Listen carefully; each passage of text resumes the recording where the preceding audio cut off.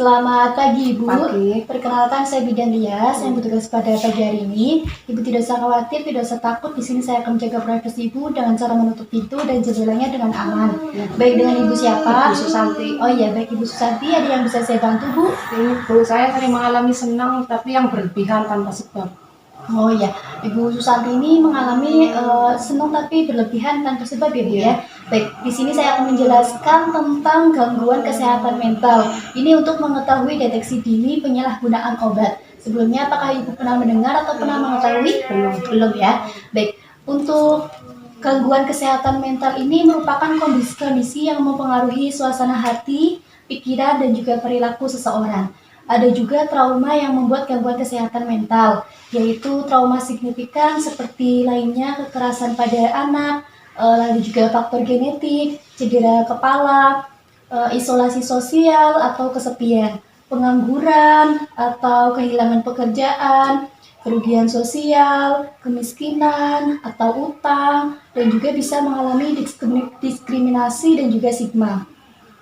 Lalu selanjutnya ini ada tanda-tanda gangguan mental akibat penyalahgunaan obat. Di antaranya bisa merasa sedih, bingung, atau berkurangnya kemampuan berkonsentrasi. Ada juga ketakutan atau kekhawatiran yang berlebihan, atau perasaan yang bersalah yang ekstrim sekali, dan juga perubahan suasana hati yang ekstrim dari pasang sampai surut. Ada juga mengisolasi diri, kelelahan yang signifikan, dan juga mengalami energi rendah atau gangguan tidur untuk mengalami delusi. Ada juga mengalami paranoid atau halusinasi, ketidakmampuan untuk mengatasi masalah sehari-hari atau bisa disebut juga dengan stres, kesulitan memahami dan juga berhubungan dengan situasi dan orang lain.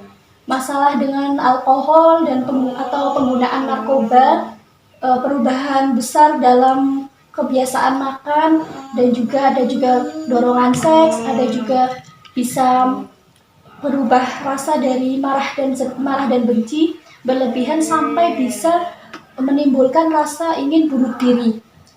Ini biasanya muncul dalam bentuk fisik seperti nyeri kepala, nyeri punggung, lalu ada juga sakit perut, atau nyeri yang tidak bisa diungkapkan. Jika mengalami tanda-tanda yang sudah saya jelaskan, baiknya untuk pergi ke psikiater atau psikolog. Selanjutnya ada gangguan pemakaian obat terlarang yang berjenis nafsa. Nafsa ini singkatan dari narkotika, psikotropika, dan juga zat adiktif, di mana zat-zat tersebut ini memiliki resiko kecanduan bagi penggunanya. Narkotika ini berasal zat atau obat yang berasal dari tanaman, namun bukan tanaman yang baik sintesis ataupun semi sintesis. Ini bisa menyebabkan penurunan atau perubahan. Selanjutnya, gangguan pemakaian obat terlarang yang berjenis psikotropika. Ini zat atau obat baik alamiah maupun sintesis, bukan narkotika yang berkhasiat psikotriaktif melalui pengaruh selektif pada susunan saraf pusat yang menyebabkan perubahan khas pada aktivitas mental dan juga perilaku. Untuk gangguan psikis obat terlarang selanjutnya ada jenis ganja.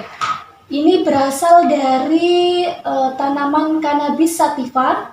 Ini merupakan yaitu tanda-tandanya ada hilaritas atau berbuat gaduh, lalu ada juga aqueous euphoria atau terbahak tanpa henti, atau yang seperti dialami ibunya, senang tanpa sebab lalu berlebihan seperti itu ya Ibu.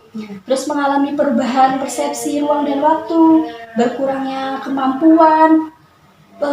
kemampuan berkoordinasi dan juga daya ingat, terus meningkatkan halusinasi. Lalu jika penggunaan dosis yang tinggi, ini terjadi bisa depresi, bisa menjadi kebingungan, mengalami aliensi dan juga halusinasi. Terus berakibat menurunnya kemampuan berpikir, membaca, berbicara, berhitung, dan juga bergaul. Lalu selanjutnya ada gangguan psikis, obat terlarang jenis sabu-sabu atau bisa disebut dengan amfetamin. Di antaranya bisa meningkatkan aktivitas dan gairah hidup, terus menurunkan rasa lelah, meningkatkan mood, meningkatkan konsentrasi, menekan nafsu makan, dan menurunkan keinginan untuk tidur. Jadi bisa melek terus gitu, Bu. Lalu selanjutnya ada faktor penyalahgunaan obat, penyalahgunaan narkoba yang karena lingkungan, karena keluarga, karena teman sebaya, dan karena sekolah. Untuk faktornya ini ada dari pribadi atau diri sendiri. Ini merupakan ketidakmampuan menyesuaikan diri dengan lingkungan, kepribadian yang lemah, atau kepribadian yang kurang pede. Terus tidak mampu mengendalikan diri, dorongan ingin tahu dan ingin mencoba. Lalu selanjutnya dari faktor keluarga, ini pengguna narkoba tidak mendapatkan perhatian dan kasih sayang dari kedua orang tua, ataupun dari salah satu orang tua, dan keluarga tidak harmonis. Lalu ada juga karena orang tua tidak memberikan pengawasan kepada anaknya, terlalu memanjakan, dan juga kadang karena sibuk mencari uang, jadi perhatiannya pada anak terabaikan. Lalu ada juga karena faktor lingkungan. Faktor lingkungan ini seperti lingkungan keluarga, di mana hubungan ayah dan ibu tidak baik, hubungan anak kepada ayah tidak baik, hubungan ibu dan anak tidak baik, seperti itu. Dan apabila salah satu atau di keluarganya ada yang mengkonsumsi narkoba tersebut. Selanjutnya ada di faktor lingkungan sekolah, di mana sekolah ini kurang disiplin, dan juga bisa karena sekolahnya ini terletak dekat dengan hiburan, tempat hiburan. Lalu ada faktor dari lingkungan teman sebaya, di mana kebutuhan remaja untuk dapat diterima dalam kelompok ini sangat sekali mendorong untuk bisa diterima di dalam kelompoknya ini.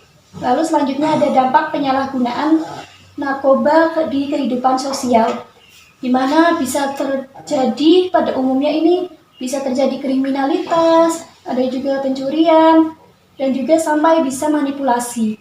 Selanjutnya ini yang terakhir ada dampak penyalahgunaan karena kehidupan psikis. Ini ada karena fungsi otak dan juga perkembangan terganggu. Ada juga menimbulkan ketergantungan overdosis, perubahan gaya hidup, bisa terkena HIV atau AIDS karena jarum suntik yang tidak steril atau tidak bersih, dan juga sering tegang dan gelisah, lalu juga sulit berkonsentrasi. Seperti itu. Dari yang saya jelaskan, apakah ada pertanyaan, Bu? Tidak. Tidak ada. Jika tidak ada pertanyaan, saya akan bertanya.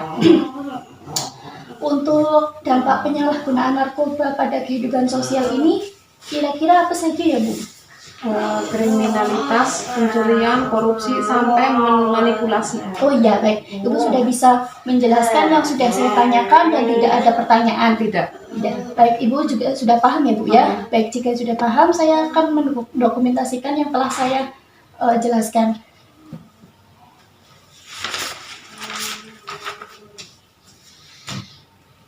Tanggal